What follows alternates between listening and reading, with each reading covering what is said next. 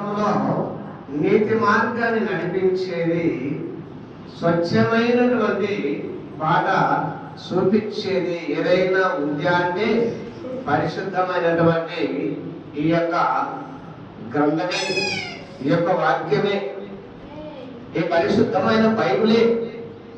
ఇక లోకం మీద ఇక్కడ ఎక్కడ తిక్కినా నీకు నామకరణమైన పిట్టకథలు దొరుకుతాయి తప్ప, నామకరమైనటువంటి సాకులే దొరుకుతాయి తప్ప, నామకరమైన సాటవులు దొరుకుతాయి తప్ప, సత్యమైన మాటలు నీకు ఎక్కడ దొరకవు. రండి, శ్రేష్టమైన దేవుని యందు విశ్వాసం కలిగిన దేవుని సొత్తైన ప్రజలారా రండి. 1 పేతురు 4వ అధ్యాయం 2వ వచనంలో కొన్ని మాటలు మనం చూసి వాళ్ళలో మనం పాల్గొందలు పొందవచ్చు. 1 కొరింథీయులకు రాసిన పత్రిక, ఆ పత్రికలో ప్రభు యొక్క పరిశుద్ధ ఆత్మ ద్వారా పౌలు భక్తుడు ద్వారా సిద్ధపరిచినటువంటి ఈ నిబంధనను మనం చూద్దాం రండి. 4వ అధ్యాయం 2వ వచనం, 1 పేతురు 4వ అధ్యాయం 2వ వచనం, 2వ వచనంలో మనం స్పష్టంగా మనం చూసినట్లయితే అక్కడ స్వచ్ఛమైన మాట మనకి దొరుకుతుంది.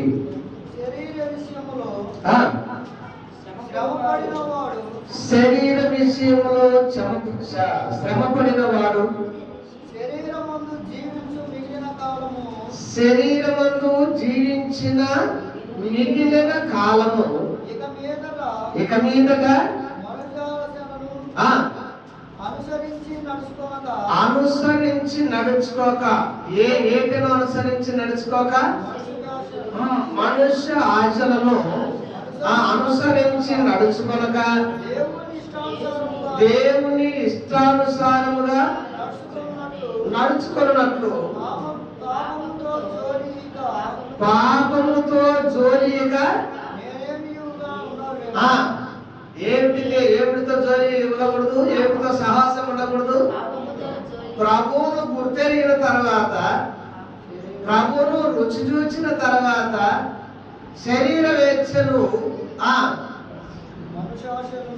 ఆశ పెట్టుకోక, శరీర ఆశలను ఆ కోరికలను తీర్చుకోక, దేవుని యొక్క ఇష్టానుసారముగా నడుచుకొనుచు పాపము జోలికి ఇక ఏమీ ఉండక, పాపము జోలికి ఇక ఏమీ ఉండక ఏం చేయాలట? ఏం చేయాలట? మనము పోకిరి శాస్త్రాలు, పాపము జోలికి పోక, పోకిరి శాస్త్రాలు చేయక, దురాశ మద్యపానములు, అల్లరితో కూడిన ఆటపాటలు, త్రాగుబోతుల నిందులు, చేయదగని పూజలను, విగ్రహారాల పూజలను మొదలైన వాటన్నిటిలో నడుచుకొనక, అన్య జనుల ఇష్టము క్లియర్ గా నా నల్లి సగం అయితే సగం మాట్లాడుతూ ఉన్నారు. క్లియర్ గా అర్థమయ్యేటట్టు చదువుకోండి.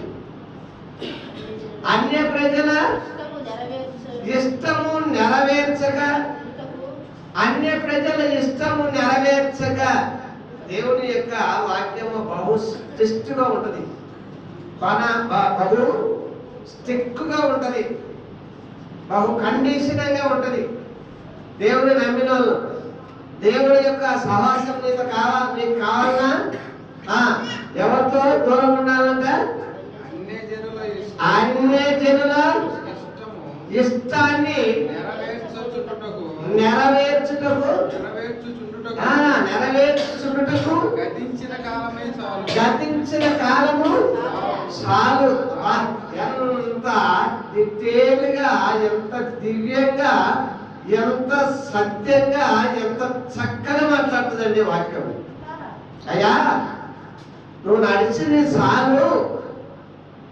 ఎప్పటి నుంచి ఎప్పటి వరకు నడిచినావు? నువ్వు పుట్టిన కాడి నుంచి ఇప్పుడు కనుక నువ్వు నడిచింది చాలు, ఆ దినాలు చాలు, ఇప్పటి నుంచైనా ఏంటి ప్రభు ఇష్టానుసారంగా నడుచుకోనున్నట్లు. ప్రభు ఇష్టానుసారంగా నడుచుకోవడానికి నీకు ఇష్టం లేకపోతే, అన్య ప్రజలు ఇష్టానుసారంగానే నేను నడుచుకుంటానంటే, వాళ్ళను నేను పోగొట్టుకోను అంటే ప్రభునేంటి, ప్రభుకు ఏంటి పిల్లలు ఏదైతే చెయ్యంటారు చూడండి, అది నాకు సరిగా రాదు. ప్రభుకు బాయ్ చెప్పి ఇక నీ ఇష్టం ఊరేపు, నీకు ఇబ్బంది లేదు. అలాంటి కొన్ని ఆటపాటలు, ఇంకా ఏమేమి పోకిరి శాస్త్రాలు, దురాశలు, మద్యపానం నీ ఇష్టం. చలో, నీకు ఇంకా అడ్డం వచ్చేవాళ్ళే లేరు. వాక్యానికే నువ్వు బాయికి వేసిన వరకు, దేవుడికే నువ్వు బాయికి వేసిన వరకు నీకు అర్థమే లేదు. నువ్వు ఏ తిరణాలైనా పోవచ్చు, ఏ తిప్పలైనా పడవచ్చు, గుణదల పోవచ్చు, గుత్తి పోవచ్చు, తిరుపతి పోవచ్చు, శ్రీశైలం పోవచ్చు. ఎక్కడికి పోయినా నీ యొక్క బంధువులైన అన్య ప్రజలతోటి ఏం జాబ్ అర్థమవుతుందంటారా? దేవుడు అని అంటే ఒక్క మాటతో అవదైపోయింది. దేవుడిని నమ్మినాను అంటే, దేవుడు అని అంటే స్వాములు అన్నావా, నీ ఇష్టం వచ్చిన స్వామిని నమ్ముకో, రోజు స్వామి కాడికి పో. ఎందుకంటే స్వాములు ముక్కోటి పేర్లు గలవాడు కాబట్టి ఎక్కడికి పోయినా ఇబ్బంది లేదు. నా పేరే కదా, నా కుటుంబమే కదా, నా నారే కదా అని నిన్ను లోకం ఎక్కడైనా ద్వేషించే విధానమే లేదు. లోకం నిన్ను ఎక్కడైనా నొప్పించే విధానమే లేదు. నువ్వు రోజు స్వామి కాడికి పోయినా, ఏంద్రా నువ్వు పనికి మాలినోడా, నువ్వు యాడికి పోతున్నావు, ఏ స్వామి నీకు నికరమని అనేవాళ్ళు సమస్తము ఒకటే. కాబట్టి నువ్వు ఎక్కడన్నా ఊరే. దేవుడు అన్నది చూడు, దేవుడు అంటే ఒక్కడు మాత్రమే. దేవుడు ఒక్కడు, దైవం అనేది ఒక్కటి. ఈ రెండే ప్రపంచాన్ని వేరే. కాబట్టి ఇక్కడ దేవునితో నువ్వు ఉండాలంటే, దేవునితో నువ్వు నడుచుకోవాలంటే, దేవునితో నువ్వు పోలి ఉండాలంటే, దేవుని పిల్లలమని చెప్పుకోవాలంటే, అన్య ప్రజలలో నువ్వు నేను చిక్కుపడకుండా ఉండాలంటే ఎక్కడికి పోకూడదా? తాగుబోతులు ఎందుకు? రెండోది విగ్రహారాధన పూజలకు మొదలైన వాటి ఏందు నడుచుకొనగా అన్య జనుల ఇష్టము నెరవేర్చుటకు అవన్నీ ఇంకా చాలు. అవన్నీ ఇంకా కావాలన్నా కొన్ని రోజులు యాడికి ఎంత తొందరలో ముగితే అట్లా కుదురుతుందే. నువ్వు కాదులే, ఇంకా కాసిన రోజులు ఉన్నాయి, ఇంకా కాసిన దినాలు ఉన్నాయి, ఇంకా లోకంలో తిరగాల్సిన రోజులు ఉన్నాయని అంటే ప్రభుకు చెప్పండి. ప్రభు చెబితే ఆయన వినేవాడే లేదు, మరీ పెద్ద గొప్పడేవాడు కాదు. అంటే మన వాళ్ళు అప్పుడప్పుడు మాట్లాడుతూ ఉంటుంటారు. అప్పుడప్పుడు ఎవరు దేవుడిని అడగడం. యేసు ప్రభు అంట ఎంత పాపం చేసినా క్షమించుతాడంట. యేసు ప్రభు మంచి దేవుడు అంట. యేసు ప్రభు క్షమించే దేవుడు కాదు. యేసు ప్రభు నిడికి అడ్డానికి వార్తలు పెట్టే దేవుడు. లోకంలో అయితే నువ్వు ఇష్టం వచ్చినట్టు ఎంత చిందులాడినా నీకు అంత ఇబ్బంది ఏముంది. కానీ నేను ఇందాక ఒక మాట చెప్పిన కదా, ఒక కన్య వివాహమైన తర్వాత ఇక మళ్ళా నేను ఆ తిరణాల పోతా, ఈ తిరణాల పోతా, మా పుట్టినోళ్ళు మా అన్నోళ్ళు అట్టపోతా అంటారు, ఎట్టపోతాంట వాళ్ళ కాడికి నేను కూడా పోయి తిరణాలు చూసి వస్తారంటే ఎవరు ఒప్పుకోరు చెప్పండి? భర్త ఒప్పుకోడు. భారము, నీ పాప భారము, నా పాప భారము భరించిన యేసుక్రీస్తు కూడా నువ్వు ఎట్లా నడుస్తానంటే, లోకంలో ఇచ్చలవిడిగా నడుస్తానంటే, లోకం అన్ని చూసి వస్తానంటే ఒప్పుకునేవాడు కాడు. ఆత్మతోనూ సత్యముతోనూ ఆరాధించాలనుకుంటే పనికిమాలిన వాడా, పనికిమాలిన దాని అంటాడు పరిశుద్ధ ఆత్మదేవుడు. మా యొక్క సహోదరి కూడా ఉన్నది, అనుకోకుండా విచ్చల విడిగా, భర్త అనుకోకుండా, అత్తమామ అనుకోకుండా విచ్చల విడిగా అప్పటికప్పుడు అనుకోని యేసుప్రభు మంచోడంట, అదిగో చూడండి తిన్నగా తిరణాలు వెళ్ళిపోతా ఉన్నారు. మార్కాపురం ఏలే దగ్గరికి చిలకలూరిపేట ఆయన పేరు శాలేం దగ్గరికి చూడు ఆ తిరణాల బాధ రండి, ఆ తిరణాల బాధ రండి, ఆ తిరణాల బాధ రండి అని 2-3 నెలలకు గలిబిలి చేసి పారేసింది. ఎంత పడితే వెళ్ళిపోతా ఉంది. భర్త ఏంటంటే బా నా ఇష్టం, నేను ప్రార్థన పోతున్నాను. అతను ఏదంటే నోరు మూసుకోండి, నేను భక్తి పూర్వాలని దేవుని నమ్మిన బాప్తిసం తీసుకున్నాను. ఇష్టం వచ్చినట్టు 2 నెలలు నడిచింది. 3వ నెలన ఇక సాధారణ కూర్చోడా. నువ్వు ఎవరికి లోపడి జీవించాలా? నీ భర్తకు నువ్వు లోపడి జీవించమని దేవుని వాక్యము పక్కడబందీగా సుత్తత కొట్టినట్టు, పక్కడబందీగా కమసలి వంకరగా ఉంటే మానవుడు చెక్కినట్లు వాక్యము చలవిస్తుంది. నీ భర్తకు నువ్వు లోపడి నడుచుకో. నువ్వు ఎంత తెలివికలదానివైనా సరే, నువ్వెంత జ్ఞానవంతురాలివైనా సరే, నువ్వు ఎంత మాటకారివైనా సరే, కానీ నీ ఇంట్లో మాత్రమే అడిగి మడిగి ఉంటుంది. బయటకు వచ్చిన తర్వాత నీ భర్తను ముందు పెట్టుకొని నడు. అర్థమవుతుందంటారా? దేవుని విశ్వాసం కలిగిన దేవుని సొత్తైన ప్రజలారా, ఇక్కడ ఏమంటా ఉన్నాడంటే బ్రతికిన వరకు చాలు, లోకంలో నువ్వు నడిచిన వరకు చాలు. ఇక బుద్ధి తెచ్చుకొని ఎవరితో నువ్వు జీవించాలా? నీ దేవుడైన యెహోవా ఆజ్ఞలు గైకొని అనుసరించి నడవాలను. అప్పుడే నువ్వు దేవుడికి విరోధముగా పాపం చేయకుండా వాడవుతావు, విరోధంగా పాపం చేయకుండా దాని అవుతావు. అర్థమవుతుంది అంటారా?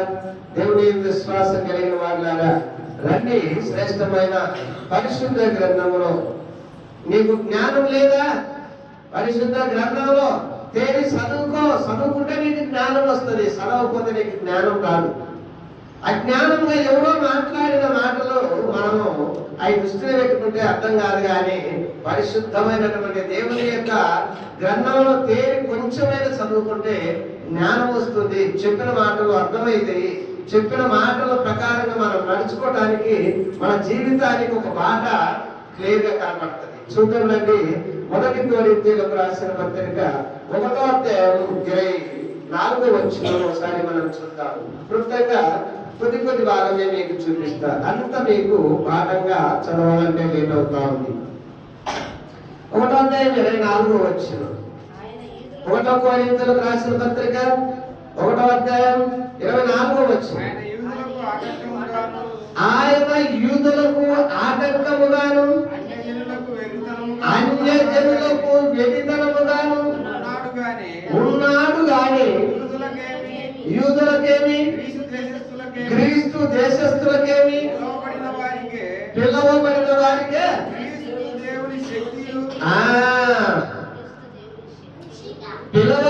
వారికే క్రీస్తు దేవుని శక్తియు దేవుని జ్ఞానమునై ఉన్నాడు. దేవుని జ్ఞానమై ఉన్నాడు. ఎవరికన్నా? క్రీస్తు పిలవబడిన వారికి.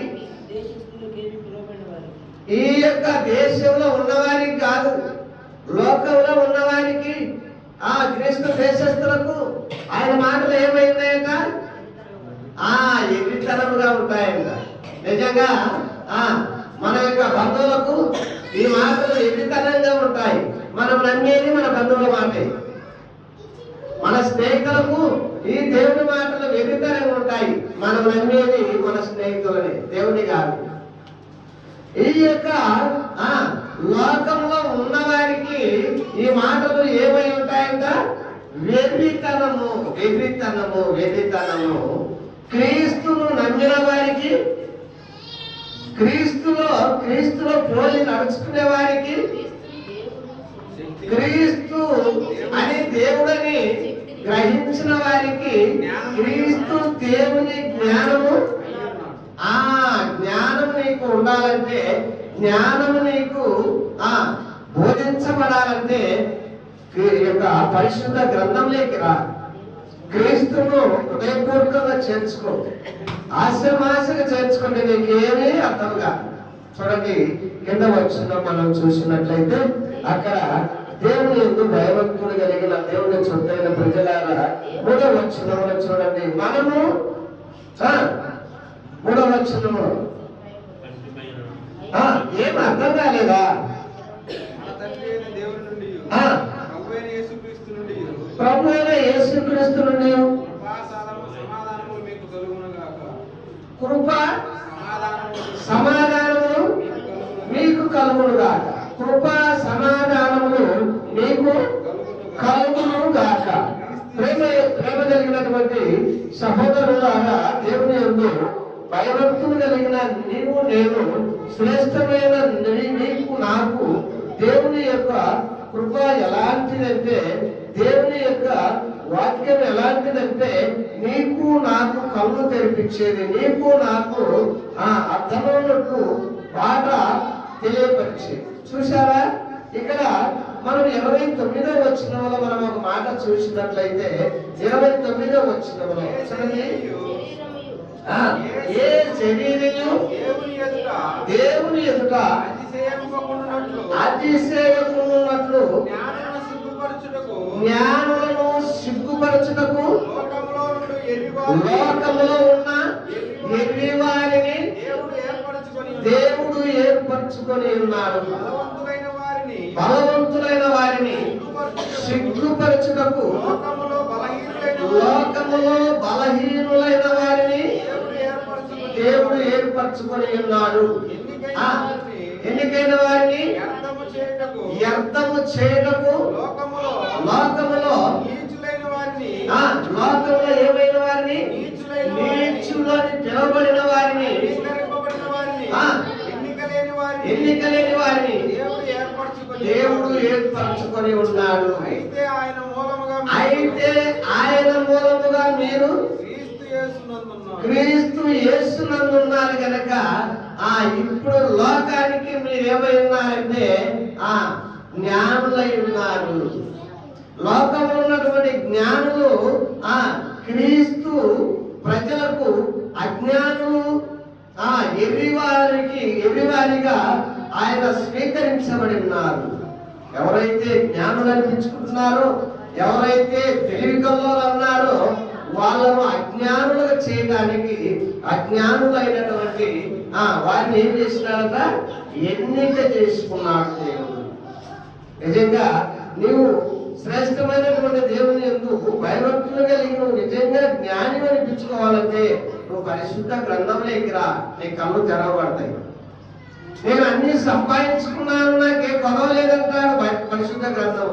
నేను జ్ఞానిని అంటాడు. లేదు, నువ్వు జ్ఞాని కాదు, అజ్ఞాని అంటది బైబిల్. నువ్వు దిగంబరి పై ఉండి నేను శ్రేష్టమైన వస్త్రాలు ధరించినారనుకుంటున్నావు. లేదు, నువ్వు దిగంబరి ఉన్నావు, ఆ సంగతి కూడా నీకు తెలియదు అంటాడు. అవును, వాక్యుడు పై ఉండి నేను జ్ఞానిని అని అనుకుంటావంట. కాదు, నువ్వు దౌడు వాక్యుడు దిక్కుమాలిన వాడు అయినాను, అన్ని కలిగి ఉన్నాను అని అనుకుంటామంట. దేవుని యొక్క విశ్వాసం కలిగిన వాళ్ళారా, దేవుని యొక్క వాక్యములో మనం ముందుకు సాగినట్లయితే జ్ఞానం లేని మనకు, అజ్ఞానంలో ఉన్న మనకు ఎవరు మనకు జ్ఞానం ఇచ్చినారని వాక్యం చలవిస్తున్నారంటే 25వ వచనంలో మనం ఏమని అక్కడ శ్రేష్టమైన మాట మనం చూడగలం. దేవుని వేదితనము మనుషుల జ్ఞానము కంటే జ్ఞానము గలది. అది గుర్తుంచుకోండి. దేవుని జ్ఞానము, దేవుని అజ్ఞానము, యొక్క ప్రజల జ్ఞానం కంటే అసలు దేవునికి అజ్ఞానం ఎక్కడ ఉంటుందండి? అసలు దేవునికి ఎర్రితనం ఎక్కడ ఉంటుంది? అసలు దేవునికి అసలు బోధ చేసేవాడు ఎవడన్నా ఉన్నాడా? సలహా చెప్పేవాడు ఎవడన్నా ఉన్నాడా? దేవునికి అసలు మార్గం ఇదే అని చెప్పడానికి ఎవడైనా ఉన్నాడా? దేవుడు ఏదైతే తీసివేసినా ప్రజల ఊహా జ్ఞానం కంటే గొప్పది అంటారు. అర్థమవుతుంది అంటారా? చూడండి ఆ మాటను మనం కింద భాగంలో చూసినట్లయితే, ప్రియ సహోదరి సహోదరులారా 26వ వచనంలో అంటాడు, సహోదరులారా మిమ్మల్ని పిలిచిన పిలుపును చూడుడి, మీలో లోక రీతిని జ్ఞానులైనను గనులైనను గొప్ప వంశమైన వారు అనేకులు పిలువబడలేదు కానీ ఆ గొప్పవారిని అందరినీ సిగ్గుపరచడానికి ఎరివారిని ఎంచుకున్నాడు. ఆయన ఎవరిని ఎంచుకున్నా? జ్ఞాని. మూలిగి వారిని పిలిచి మాట్లాడురానన్నా ఎడాపెడ మాట్లాడి అనేకుల హృదయాలు తెరవజేసే శక్తి సామర్థ్యం కలిగిన దేవుడు. అర్థమవుతుంది అంటారా? శ్రేష్టమైన దేవుని విశ్వాసం కలిగిన వాళ్ళరా, అది నేను చెప్తా. ఎప్పుడు కూడా చెప్పేది నేను, ఇదిగో నేను జ్ఞాని అంటే నువ్వు జ్ఞాని కాదు, కానీ దేవుడే నిన్ను జ్ఞానిగా చేయాలనుకుంటే నువ్వు వెర్రివాడమైనా నీ మాట జ్ఞానం కలిగిన మాటలు మాట్లాడగలుగుతాడు దేవుడు. నువ్వు అజ్ఞానుడు అయినా నీ మాట మహాశ్రేష్టమైన తెలియగలిగిన మాటలు మాట్లాడగలిగిస్తాడు నీ దేవుడు. నీవు ఒకవేళ మూగవాడివైనా నీ పెదవులు అప్పటికప్పుడే, నీ నాలుక అప్పటికప్పుడే సడలించి ఇక ఎవరు పాడలేని కీర్తనలు, ఎవరు మాట్లాడలేని మాటలు, ఎవరు బోధించలేని బోధని మాట ఆ ప్రభు పలికిస్తాడు. అర్థమవుతుందంటారా?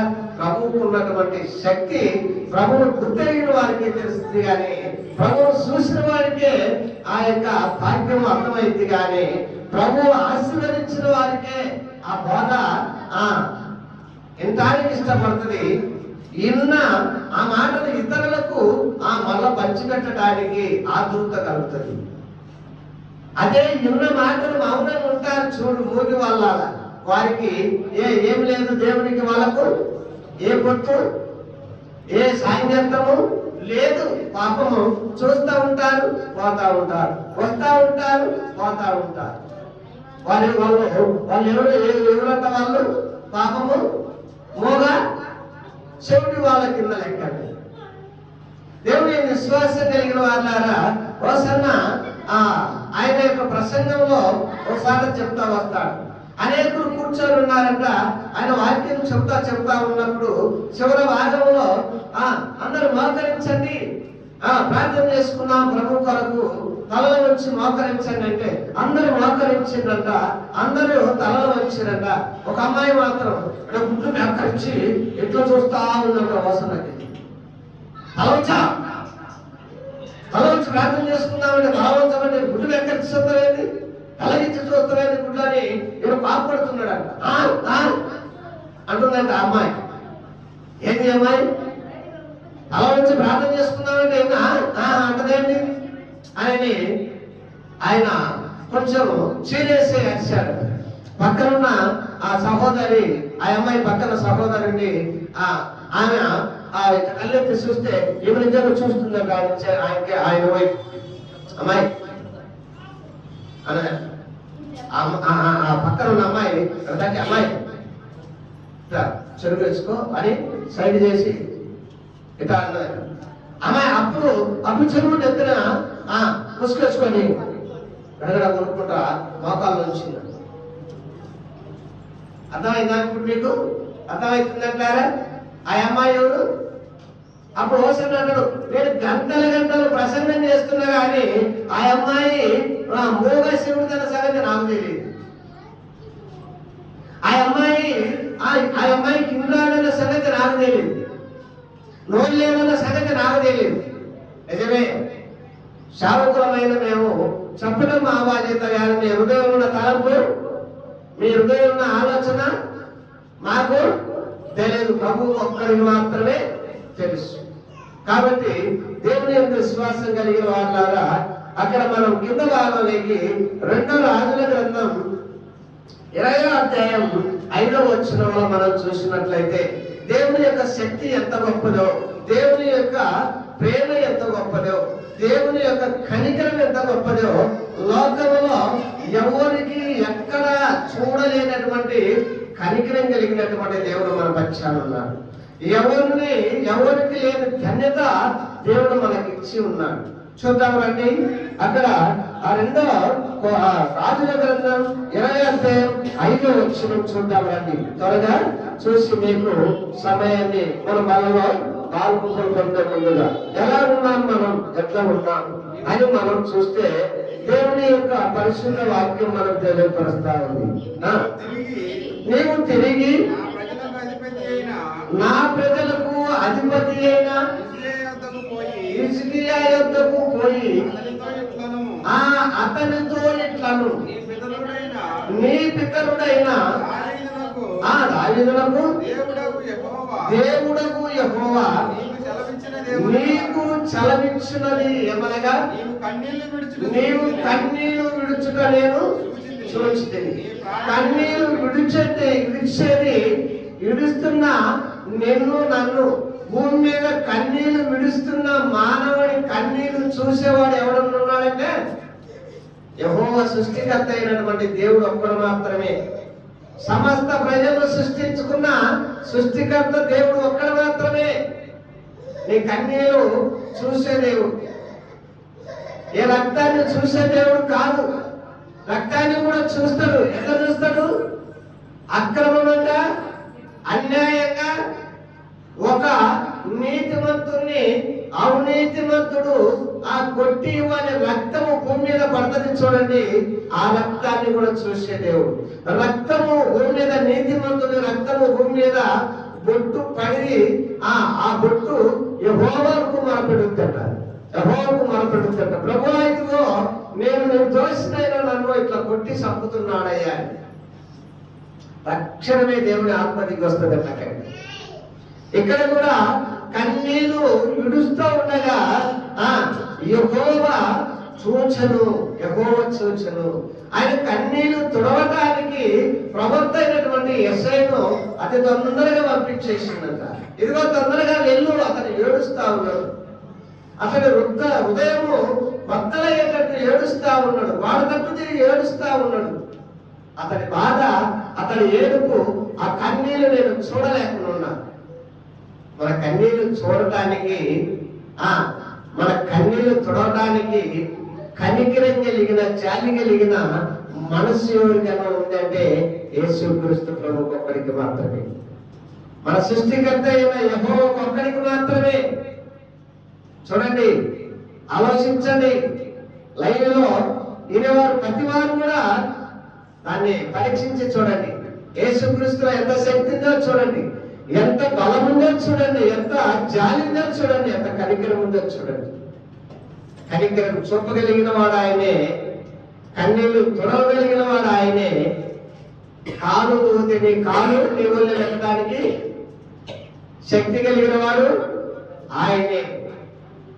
ఆయన యొక్క శిశువుల మీద నువ్వు కాలు తూవినా నీ కాలు తీసి నీ ఒళ్ళనే బత్తలంగా నీ చేతి పట్టేయడానికి కూడా మహాసర్వశక్తివంతుడు ఆయన.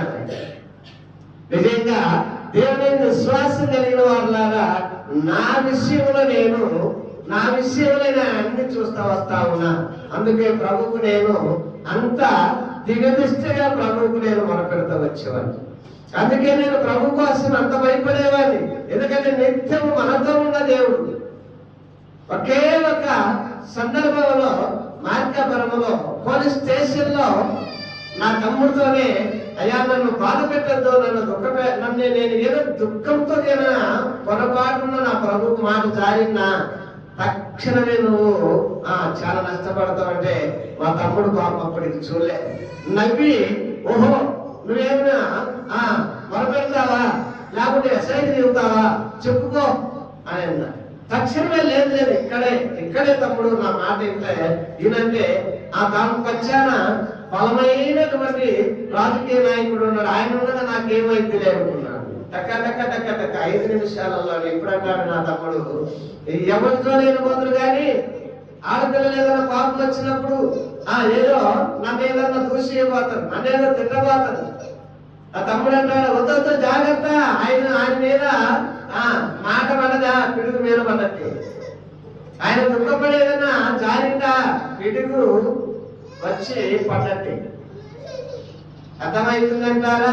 దేవుని యందు ప్రేమ కలిగిన సహోదరులారా, నేను కన్నీరు విడిస్తే, బాధను కన్నీరు విడిస్తే, ఎవరైనా నిన్ను ఏదైనా బాధ పెట్టినా కన్నీరు విడిస్తే, నీకేదైనా బాధ లేక కన్నీరు విడిస్తే, నీకేదైనా రోగం వచ్చి కన్నీరు విడిస్తే, నీకేదైనా కడుపులో ఆకలి బాధతో కన్నీరు విడిస్తే, తక్షణమే నీకు ప్రత్యుత్తరం ఇవ్వడానికి, జవాబు చెప్పడానికి, ఆదుకోవడానికి ఆతృతతో ఆయన దూతను పంపే దేవుడు ఈ మన దేవుడు. అర్థమవుతుందంటారా? దేవుని విశ్వాసం కలిగిన వారులారా, వెంటనే హిజ్కియా కన్నీరు. అయితే మరణము వచ్చింది హిజ్కియా కన్నది కూడా ఆయన దేవుడే. సరిపోయిన ఆయన రోజులు, నిండిన ఆయన రోజులు, సమకూడిన సంవత్సరాలు, నెలలు, గడియలు కూడా సమకూడినాయి.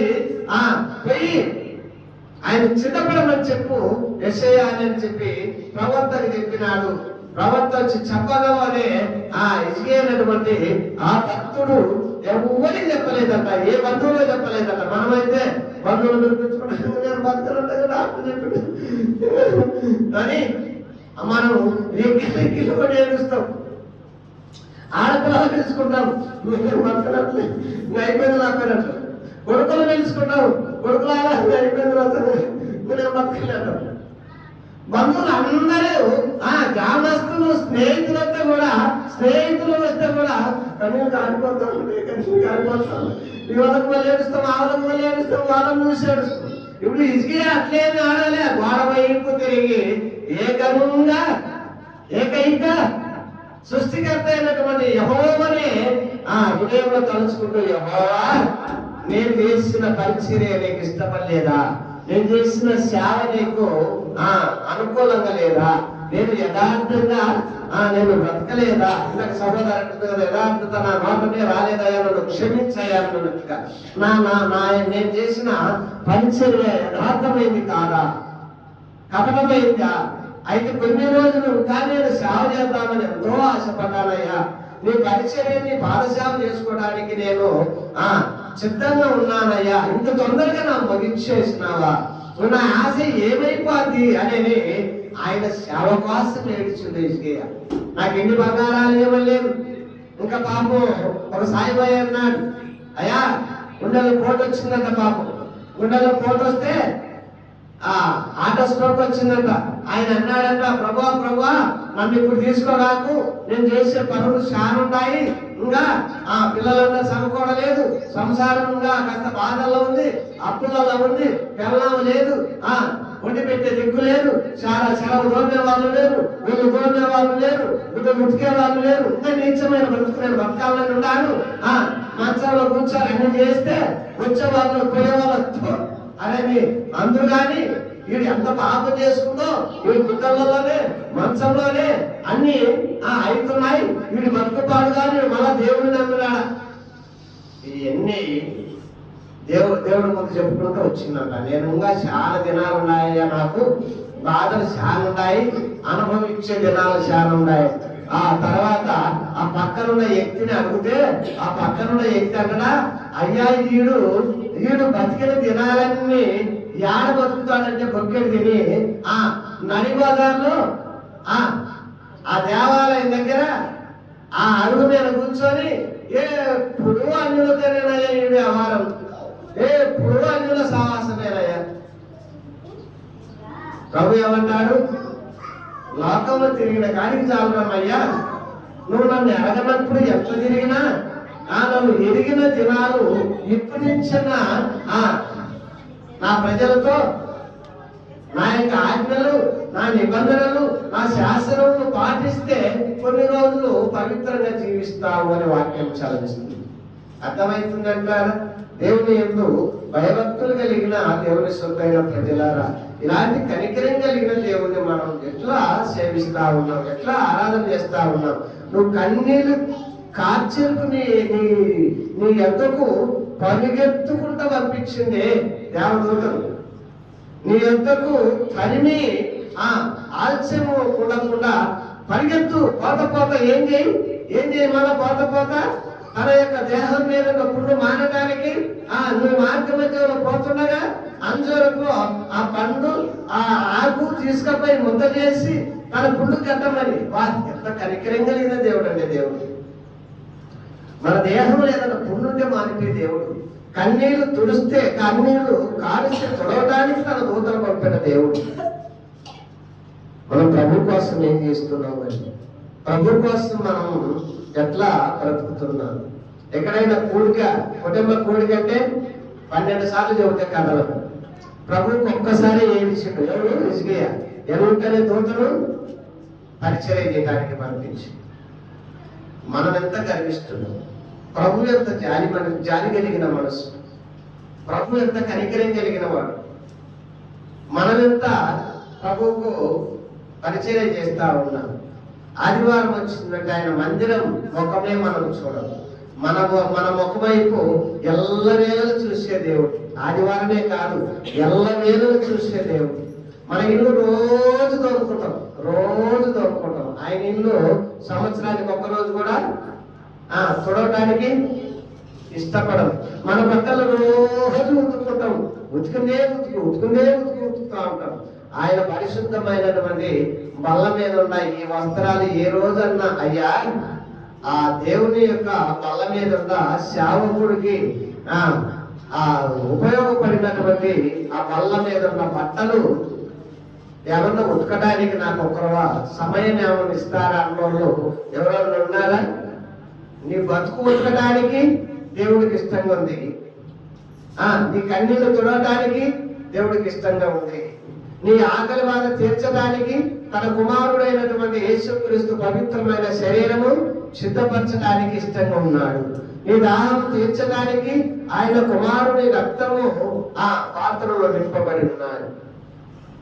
అయితే ఆయన దప్పికి తీర్చడానికి మనం ఏమై ఉన్నాం చెప్పండి? ఆయన సేవకుని మాటలు ఏదైనా వినడానికైనా మనం ఏమై ఉన్నాం? మహాసూయంగా ఉంటాం. మనము ఇలా చెప్తా ఉంటే మన హృదయంలో ఏమైతుందంటే మండుతా ఉంటది, కోపం వస్తా ఉంటది. ఈయన నన్ను గురించే ఈయన చెప్పేది. అవును, దేవుడు పరిశుద్ధ ఆత్మదేవుడు నిన్ను గురించి. నువ్వు ఎవరికైనా జవాబు చెప్పుకో, ఎవరికైనా ఫిర్యాదు చేసుకో. నిన్ను గురించే పరిశుద్ధ ఆత్మదేవుడు మాట్లాడింది. పశ్చాత్తాపడి ఒప్పుకుంటావా? పాపముల లోకంలో పళ్ళాడతావా? పశ్చాత్తాపడి ప్రభు పాదం పట్టుకుంటావా? నీ ఇష్టం వచ్చినట్టు లోకంలో ఎంజాయ్ చేసుకుంటావు. దేవుడు చిన్న వాక్యము ఆశీర్వదించి దీవించబడును గాక. వాళ్ళలో పాల్పొక్కలు పొందే ముందు, వాళ్ళ ఎదుటికి వచ్చే ముందు, పరిశుద్ధమైన శరీరాన్ని మనము తాకే ముందు మన హృదయాన్ని శుభ్రపరచుకోండి. మన హృదయమనే ఆలయాన్ని అలంకరింపజేసుకోండి. వాక్యము ద్వారా, కీర్తనల ద్వారా అలంకరించుకోండి. ఈ వారమంతా నిత్యము ఆయన కొరకు మన ఆలయంలో ఆయన పిలుచుకున్నామా? మన ఆలయంలో ఆయన చేర్చుకున్నామా? నిజంగా అట్లాగేనైతే ఆతురతతో ఆయన శరీరం తీసుకోవచ్చు.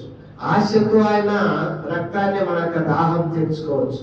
చిన్న వాక్యము దేవుడు ఆశీర్వదించి దీవించబడును గాక. ఆమేన్.